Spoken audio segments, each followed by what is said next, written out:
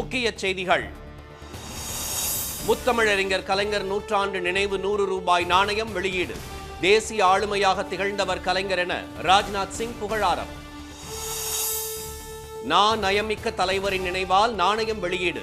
நாட்டின் பாதுகாப்புக்காகவும் கை கொடுத்தவர் கலைஞர் என ஸ்டாலின் உருக்கம். கலைஞருக்கு நாணயம் வெளியிட்டது வரலாற்று புகழ் வாய்ந்த ஒன்று.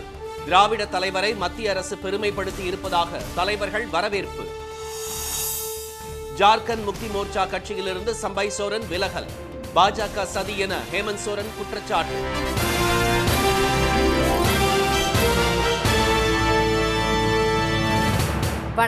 வணக்கம். கூட்டாட்சி தத்துவத்துக்கு பாடுபட்ட மறைந்த முன்னாள் முதலமைச்சர் கலைஞர் நாட்டின் நலனுக்காகவும் குரல் கொடுத்தவர் என்று அவரது நூற்றாண்டு நினைவு நாணயத்தை வெளியிட்ட பாதுகாப்புத்துறை அமைச்சர் திரு ராஜ்நாத் சிங் புகழாரம் சூட்டினார்.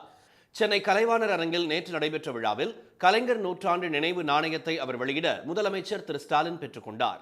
100 ரூபாய் முகமதிப்பு கொண்ட அந்த நாணயத்தில் தமிழ் வெல்லும் என்ற வாசகம் இடம்பெற்றுள்ளது. அப்போது பேசிய திரு ராஜ்நாத் சிங், மறைந்த முன்னாள் முதலமைச்சர் கலைஞர் துணிச்சல் மிக்க தலைவர், தலை சிறந்த நிர்வாகி, 1960ஆம் ஆண்டு முதல் தற்போது வரை ஆதிக்கம் செலுத்தும் கட்சியாக திமுகவை வளர்த்தவர், விளிம்பு நிலை மக்களுக்கு தரமான வாழ்க்கை நிலையை கொண்டு வந்தவர் என்று கூறினார். பல்வேறு தேசிய கட்சிகளுடன் நல்லுறவை பேணியதுடன் தமிழ்நாடு மற்றும் இந்தியாவின் அரசியல் வரைபடத்தை உருவாக்குவதிலும் முக்கிய பங்காற்றியவர் கலைஞர் என்று கூறினார். கூட்டாட்சி தத்துவத்துக்கு பாடுபட்ட அவர் நாட்டின் நலனுக்காகவும் குரல் கொடுத்தவர் என்றும் திரு ராஜ்நாத் சிங் கூறினார். Friends, Thiru Karunanidhi's political journey is a story of resilience, determination and a deep-rooted connection with the people. His tenure as the 5-time Chief Minister of Tamil Nadu is marked by his remarkable ability to address the needs of the common people while navigating the complex waters of Indian politics. He was not just a regional leader, but a national figure whose influence was felt across the country. மகளிர் சுய உதவி குழுக்களை தொடங்கிய பெருமைக்குரியவர் கலைஞர் என்றும் அனைவருக்கும் கல்வி கிடைக்க போராடியவர் அவர் என்றும் திரு ராஜ்நாத் சிங் தெரிவித்தார். சிறப்பாக ஆட்சி புரிந்ததால் கலைஞர் உயர்ந்து நிற்கிறார் என்றும் வரலாற்றில் அழிக்க முடியாத சாதனைகளை புரிந்தவர் அவர் என்றும் பாதுகாப்பு அமைச்சர் புகழாரம் சூட்டினார். வலுவான ஒரு கட்சியாக திமுக தொடர்ந்து நிற்பதற்கு அடித்தளம் இட்டவராக கலைஞர் விளங்கினார் என்றும் திரு ராஜ்நாத் சிங் சுட்டிக்காட்டினார். மக்களின் குறைகளை கேட்டறிய கலைஞர் கொண்டு வந்த மனுநீதி திட்டம் சிறப்புக்குரியது என்றும் அவர் பாராட்டினார். ஜனநாயகம் மற்றும் வளர்ச்சியை காப்பதற்கான அசைக்க முடியாத அர்ப்பணிப்பை காட்டிய தலைவர் கலைஞர் என்றும் அவர் புகழாரம் சூட்டியுள்ளார். விவசாய தொழிலாளர்கள், திருநங்கைகள் உள்ளிட்ட அமைப்பு சாரா தொழிலாளர்களுக்கான நல வாரியங்களை உருவாக்கிய கலைஞர் இந்திய ஜனநாயகத்தின் பலம், பன்முகத்தன்மை என்பதை அறிந்தவர் என்றும் திரு ராஜ்நாத் சிங் கூறினார். முன்னதாக மெரினாவில் உள்ள கலைஞர் நினைவிடத்துக்கு சென்ற திரு ராஜ்நாத் சிங் அங்கு மலர் வளையம் வைத்து அஞ்சலி செலுத்தினார். பின்னர் கலைஞர் அருங்காட்சியகத்தையும் அவர் பார்வையிட்டார்.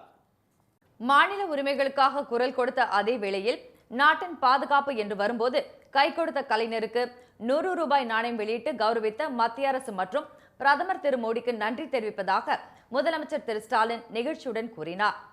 கலைஞர் நூற்றாண்டு நினைவு நாணயம் வெளியீட்டு விழாவில் உரையாற்றிய அவர், என்னுடைய உணர்வுகளை எப்படி விவரிப்பது என்று சொல்ல முடியாத மகிழ்ச்சியில் இருப்பதாக சிலர்ப்புடன் கூறினார். நம்மை எல்லாம் ஆளாக்கிய தலைவரை சிறப்பு செய்யும் வகையில் நாணயம் வெளியிடப்படுவதாக தெரிவித்த திரு ஸ்டாலின், நயம் மிக்க தலைவரான கலைஞருக்கு நாணயம் வெளியிடப்படுவது மிக மிக பொருத்தமானது என்று கூறினார். நூற்றாண்டு விழா நாயகருக்கு 100 ரூபாய் நாணயம் வெளியிடப்படுகிறது. இதுவரை நாம் கொண்டாடினோம், இதோ இந்தியாவே கொண்டாடுகிறது என்பதன் அடையாளம் தான் இந்த விழா என்ற அவர், இது போன்ற எத்தனையோ சிறப்புகளுக்கு தகுதியானவர் தான் நம்முடைய தலைவர் என்பது உலகம் என்று ஒப்புக்கொண்ட உண்மை என்று கூறினார். வள்ளுவர் சொன்னாரே, முறை செய்து காப்பாற்றும் மன்னவன் மக்களுக்கு இறையென்று வைக்கப்படும் என்று. அப்படி ஆட்சி நடத்தியவர் கலைஞர் அவர்கள். அதனால்தான் இன்று அகில இந்தியாவும் போற்றும் தலைவராக கலைஞர் அவர்கள் உயர்ந்து நிற்கிறார். செயல்படுவதும் செயல்பட வைப்பதும் அரசியல் என்ற இலக்கணத்துக்கு இலக்கியமாக இருந்தவர் கலைஞர். 1999ஆம் ஆண்டு கார்கில் போரின் போது இந்தியாவிலேயே அதிக தொகையை அன்றைய பிரதமர் வாஜ்பாய் அவர்களிடம் 3 தவணைகளாக மொத்தம் 50 கோடி ரூபாய் வழங்கியவர் தலைவர் கலைஞர். இந்திய ஜனநாயகத்தின் பாதுகாவல் அரணாக இருந்த தலைவர் கலைஞரின் உருவம் தாங்கிய நாணயத்தை வெளியிட இந்திய நாட்டின் பாதுகாப்புத்துறை அமைச்சர் வந்திருப்பது மிக மிக பொருத்தமானதுதான். 80 ஆண்டு காலம் பொது வாழ்க்கையில் இயங்கி அதில் அரை நூற்றாண்டு காலம் தமிழ்நாட்டின் திசையை தீர்மானித்த தலைவருக்கு இந்தியாவே வருகை தந்து சிறப்பித்திருக்கிறது என்றுதான் சொல்ல வேண்டும் என்று திரு ஸ்டாலின் தெரிவித்தார். கலைஞரை கௌரவிக்கும் வகையில் 100 ரூபாய் நாணயத்தை வெளியிட மத்திய அரசு ஒப்புதல் அளித்தது அவருக்கு செலுத்தப்பட்டுள்ள மரியாதையாக அமைந்துள்ளது. அதற்கு நான் நன்றி தெரிவித்துக் கொள்கிறேன்.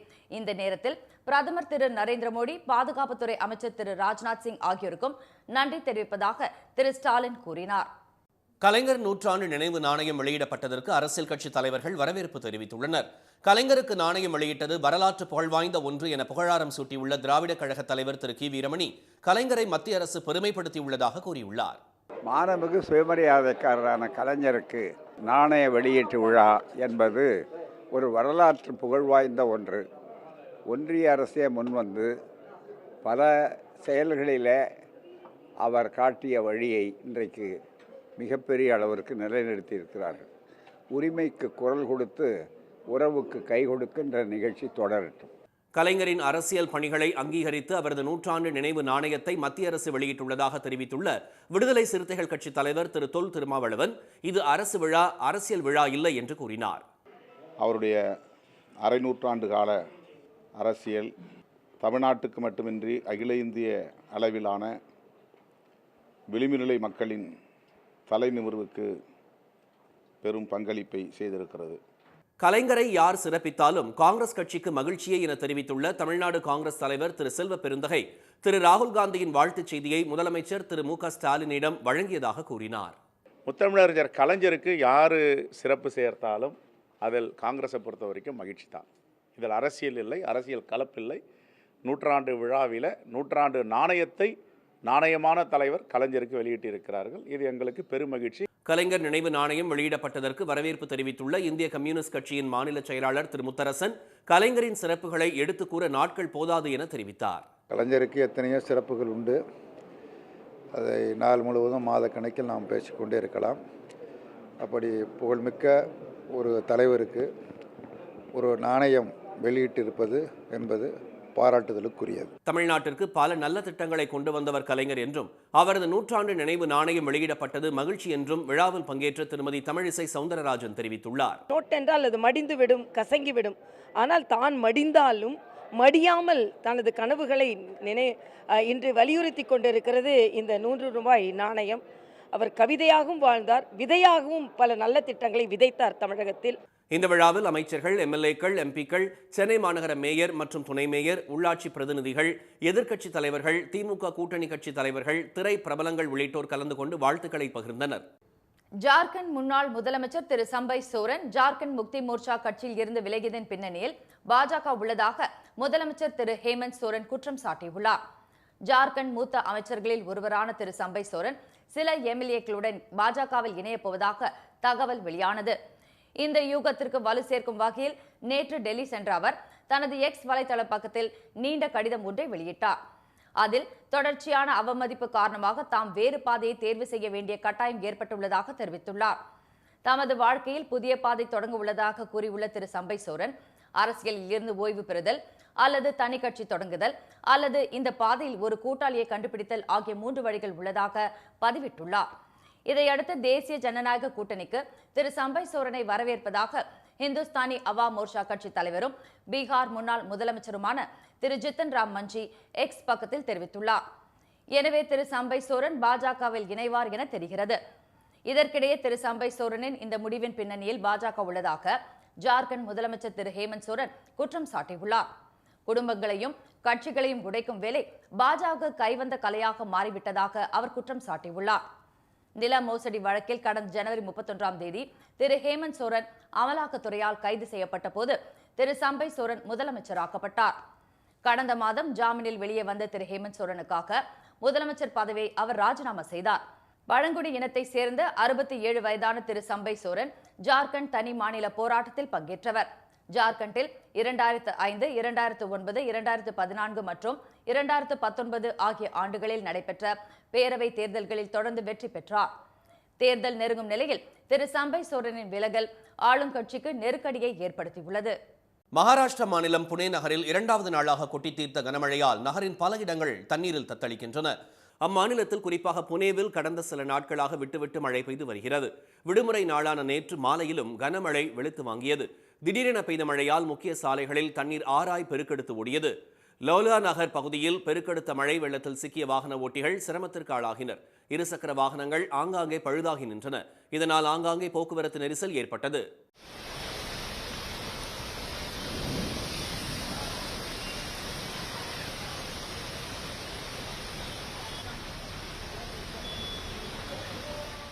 மும்பையில் ஒரு சில இடங்களில் 2 நாட்களாக லேசாக மழை பெய்த நிலையில் பால்கர், ராய்கட், ரத்னகிரி, சிந்துதுர்க், நாசின், கோலப்பூர், புனே உள்ளிட்ட மாநிலத்தின் பெரும்பாலான மாவட்டங்களில் இன்று கனமழைக்கான மஞ்சள் எச்சரிக்கை விடப்பட்டுள்ளது.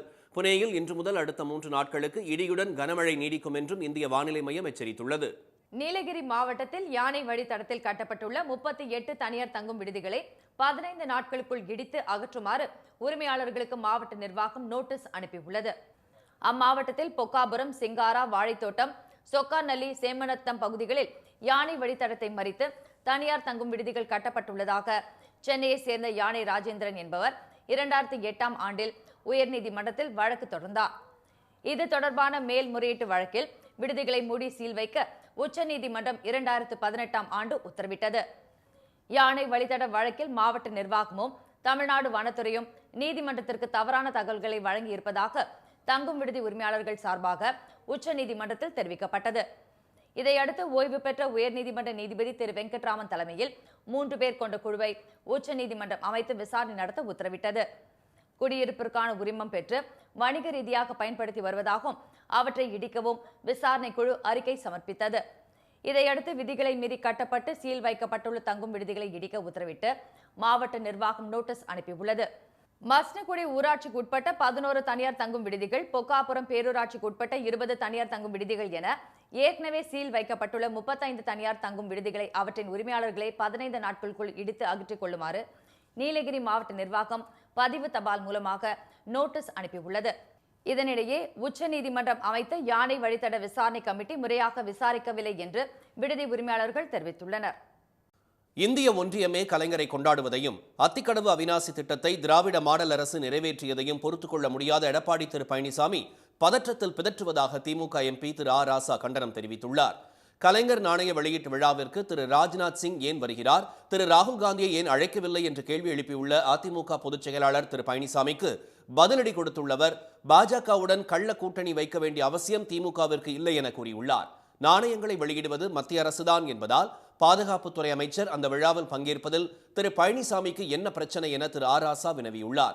கலைஞர் உருவம் பொறித்த நாணயத்தில் ஹிந்தி எழுத்து ஏன் இருக்கிறது என்று எடப்பாடி திரு பழனிசாமி கேட்பதால் அவருக்கு என்ன ஆச்சு என்ற கவலை மேலும் அதிகரிப்பதாக திரு ஆ ராசா விமர்சித்துள்ளார். இந்திய நாணயங்களில் ஆங்கிலமும் இந்தியும் இருப்பது வழக்கம் என குறிப்பிட்டுள்ளவர், எம்ஜிஆர் நாணயம் வெளியிடப்பட்டதையும் அதிலும் இந்தி எழுத்துக்கள் இருப்பதை கூடவா திரு பழனிசாமி அறியவில்லை என கேள்வி எழுப்பியுள்ளார். கலைஞர் நாணயத்தில் தமிழ் வெல்லும் என்ற எழுத்துக்கள் இருப்பதை கூட உணராமல் உளறி இருக்கும் திரு பழனிசாமியை எந்த லிஸ்டில் சேர்ப்பது என புரியவில்லை என்றும் திரு ஆ ராசா சாடியுள்ளார். 3 மாவட்ட விவசாயிகளின் உயிர் நாடியாக விளங்கும் பவானிசாகர் அணை 70வது ஆண்டில் அடியெடுத்து வைத்துள்ளது. ஈரோடு மாவட்டம் சத்தியமங்கலத்தில் இருந்து 17 கிலோமீட்டர் தொலைவில் பவானி ஆறும் மோயாறும் இணையும் இடத்தில் பிரம்மாண்டமாக காட்சியளிக்கும் பவானிசாகர் அணையில் 105 அடி உயரத்திற்கு 32.8 டிஎம்சி தண்ணீரை தேக்க முடியும். தமிழ்நாட்டில் மேட்டூருக்கு அடுத்த 2வது பெரிய அணையாகவும் தென்னிந்தியாவின் மிகப்பெரிய மண் அணை என்ற பெருமையையும் பெற்ற இந்த அணை மூலமாக ஈரோடு, திருப்பூர், கரூர் ஆகிய மாவட்டங்களில் 2.47 லட்சம் ஏக்கர் நிலங்கள் பாசன வசதி பெறுகின்றன.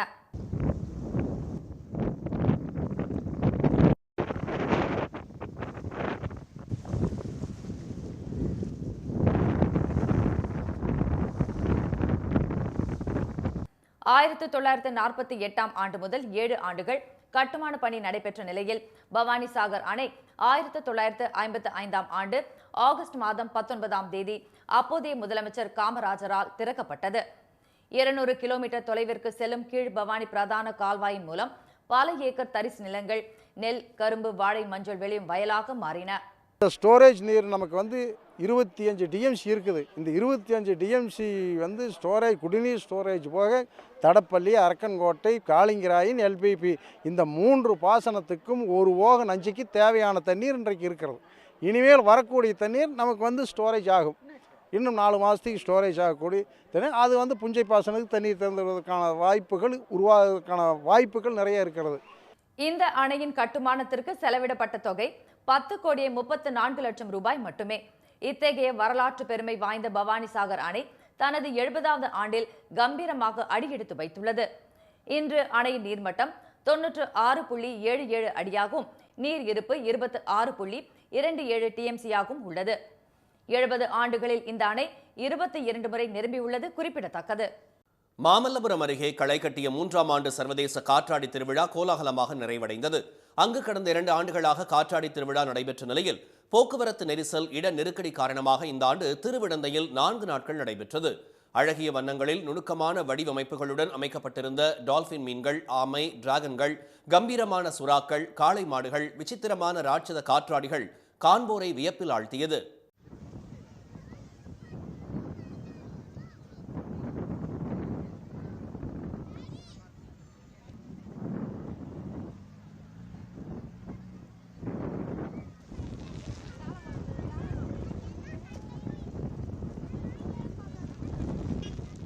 இந்த ஆண்டு உற்சாகமாக நடைபெற்ற காற்றாடி திருவிழாவில் India, France, Germany, Thailand, Switzerland, Vietnam உள்ளிட்ட பல்வேறு நாடுகளில் இருந்து 200க்கும் மேற்பட்ட கலைஞர்கள் காட்சிப்படுத்திய பிரம்மாண்ட காற்றாடிகள் பறக்கவிடப்பட்டன.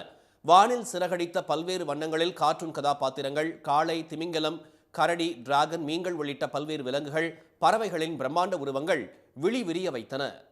எனக்கு இது ரொம்ப பிடிச்சிருக்கு. எங்கள் ஸ்கூலில் தான் கூப்பன் கொடுத்தாங்க, இங்கே பாருங்கள் அப்படின்ட்டு நான் தான் வந்தேன். நான் ஃபிஷ்ஷு, வேல் அந்த மாதிரி. இந்த ஃபெஸ்டிவல் நல்லா இருக்குது, சூப்பராக இருக்குது. பீச்சுக்கு போக போகிறோம். எனக்கு வந்து இந்த கைட்டு தான் ரொம்ப பிடிச்சிருக்கு. எனக்கு அது கீழே போக ரொம்ப பயம். தடுப்புகளின்றி காற்றாடியை அருகில் சென்று கண்டு ரசிக்க ஏற்பாடு செய்யப்பட்டிருந்ததால் குழந்தைகள் குதூகலத்துடன் கண்டு களித்தனர். காற்றாடி திருவிழாவின் முதல் ஆண்டில் 10,000 பார்வையாளர்களும் கடந்த ஆண்டு 20,000 பேரும் வருகை தந்த நிலையில் இந்த ஆண்டு 30,000 பேர் கண்டு அகமகிழ்ந்ததாக நிகழ்ச்சி ஏற்பாட்டாளர்கள் தெரிவித்தனர். இனி வருவது செய்தி துளிகள். பிளாஸ்டிக் கழிவுகளில் சாலைகள் அமைக்குமாறு மாநில அரசுகளை மத்திய அரசு அறிவுறுத்தியுள்ளது. இது தொடர்பாக அனைத்து மாநில மற்றும் யூனியன் பிரதேச தலைமைச் செயலாளர்களுக்கு மத்திய அரசின் செயலர்கள் அனுப்பியுள்ள கடிதத்தில் நகரங்களுக்குள் அமைக்கப்படும் சாலைகளில் தாரின் எடையில் 8% வரை பிளாஸ்டிக் கழிவுகளை பயன்படுத்த வலியுறுத்தியுள்ளனர். அதன்படி குடியிருப்புகள், அலுவலக வளாகங்களின் உள் சாலைகள், குடிநீர் சுத்திகரிப்பு நிலையங்கள் உள்ளிட்ட இடங்களில் சாலைகள் அமைக்கப்படும் போது அதில் பிளாஸ்டிக் கழிவுகளை கட்டாயமாக பயன்படுத்த வேண்டும் என்று கடிதத்தில் குறிப்பிடப்பட்டுள்ளது.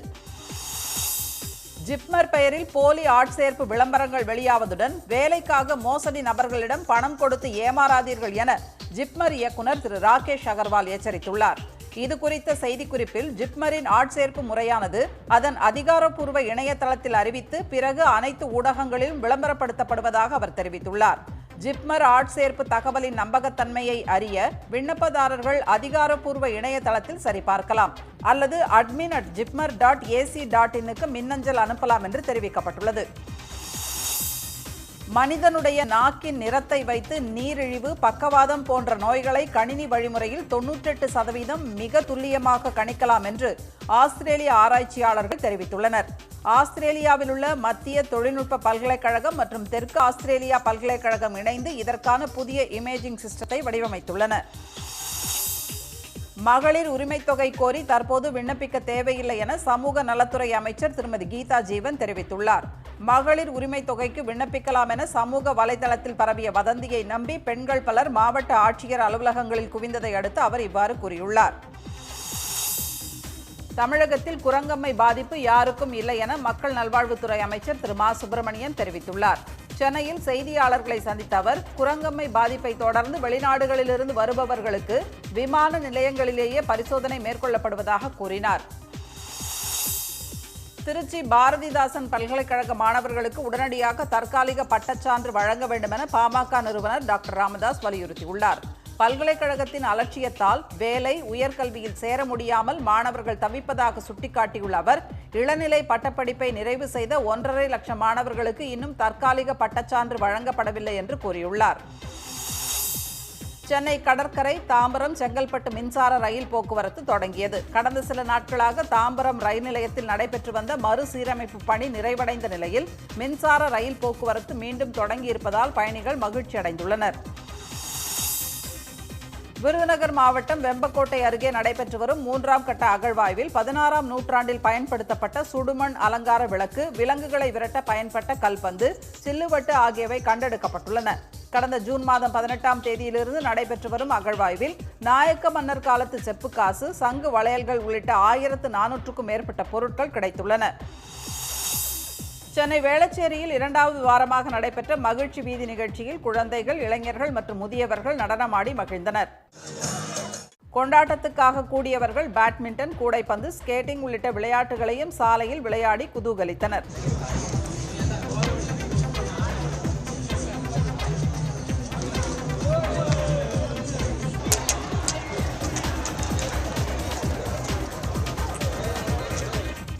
மூன்று மணி நேரம் நடைபெற்ற இந்நிகழ்ச்சியில் விபத்தில்லாமல் சாலை பயணம் மேற்கொள்வது குறித்த விழிப்புணர்வை போக்குவரத்து காவலர்கள் ஏற்படுத்தினர்.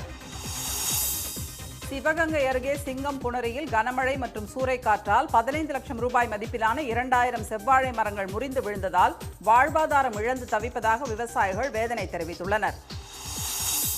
ராஜபாளையத்தைச் சேர்ந்த 5 வயது சிறுவன் அருண் கார்த்திக் 17.2 கிலோமீட்டர் நிற்காமல் ஓடி நோபல் உலக சாதனை புத்தகத்தில் இடம் பிடித்துள்ளான். பள்ளி மைதானத்தை 2 மணி நேரத்தில் 43 முறை சுற்றி வந்து இந்த சாதனையை அந்த சிறுவன் நிகழ்த்தினான். பெரியகுளத்தில் 78வது சுதந்திர தினத்தை கொண்டாடும் வகையில் இளம் சிறார்கள் 78 பேர் 2 கைகளிலும் சிலம்பம் சுழற்றி சாதனை படைத்தனர்.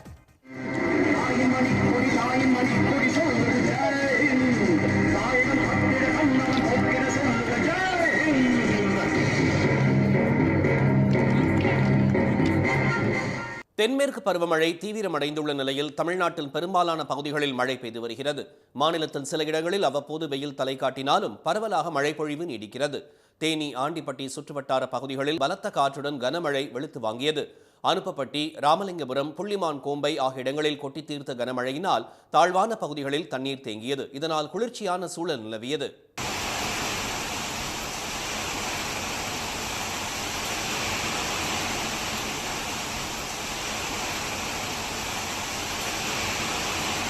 இதனிடையே வளிமண்டல கீழடுக்கு சுழற்சியால் கோவை, நீலகிரி மாவட்டங்களில் இன்று மிக கனமழை பெய்யும் என்றும் சில இடங்களில் 20 சென்டிமீட்டர் அளவுக்கு மழைப்பொழிவு இருக்கக்கூடும் என்றும் சென்னை வானிலை மையம் கணித்துள்ளது. திருப்பூர், தேனி, திண்டுக்கல், தென்காசி, நாமக்கல் உள்ளிட்ட 9 மாவட்டங்களில் கனமழை பெய்யக்கூடும் என்றும் தெரிவிக்கப்பட்டுள்ளது. மீண்டும் முக்கிய செய்திகள். கூட்டாட்சி தத்துவத்திற்கு பாடுபட்ட மறைந்த முன்னாள் முதலமைச்சர் கலைஞர் என்று 100ஆண்டு நினைவு நாணயத்தை வெளியிட்ட பாதுகாப்புத்துறை அமைச்சர் ராஜ்நாத் சிங் புகழாரம் சூட்டினார். நாட்டின் பாதுகாப்பு என்று வரும்போது கை கொடுத்த கலைஞருக்கு 100 ரூபாய் நாணயம் வெளியிட்டு கௌரவித்த பிரதமர் மோடிக்கு நன்றி தெரிவிப்பதாக முதலமைச்சர் ஸ்டாலின் நிகழ்ச்சியுடன் கூறினார். ஜார்க்கண்ட் முக்தி மோர்ச்சா கட்சியில் இருந்த சம்பை சோரன் விலகியதன் பின்னணியில் பாஜக உள்ளதாக முதலமைச்சர் ஹேமந்த் சோரன் குற்றம் சாட்டியுள்ளார். இத்துடன் இந்த செய்திகள் நிறைவடைந்தன. மீண்டும் சன் டிவியில் செய்திகள் மாலை 6 மணிக்கு. செய்திகளை உடனுக்குடன் தெரிந்து கொள்ள QR கோடை ஸ்கேன் செய்து சன் நியூஸ் வாட்ஸ்அப் சேனலில் இணைந்திருங்கள். வணக்கம். வணக்கம்.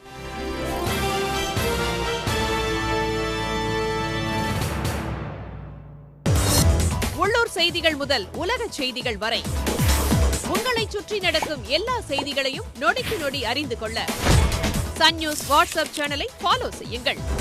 QR கோடை ஸ்கேன் செய்து சன் நியூஸோடு இணைந்திருங்கள்.